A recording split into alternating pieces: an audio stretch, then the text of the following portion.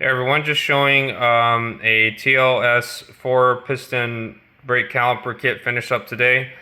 This customer also sent in a brand new set of remanufactured rear calipers, and they were all powder coated to match, all done at the same time. So the powder coat finish is 100% the same on the front set of calipers and the rear.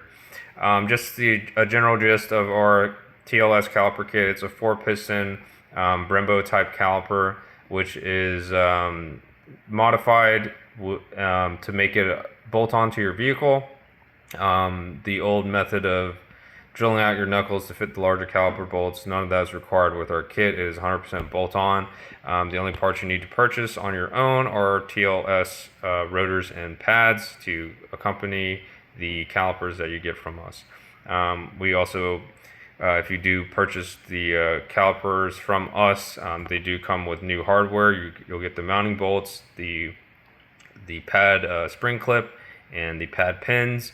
Not shown here in this video, we also include some shims for the rotor, which is required for our setup. The way we modify these calipers, the rotors do require a tiny bit of shimming to center them up properly. Although these calipers have been milled to correct most of the offset geometry, there is still a bit more that's necessary.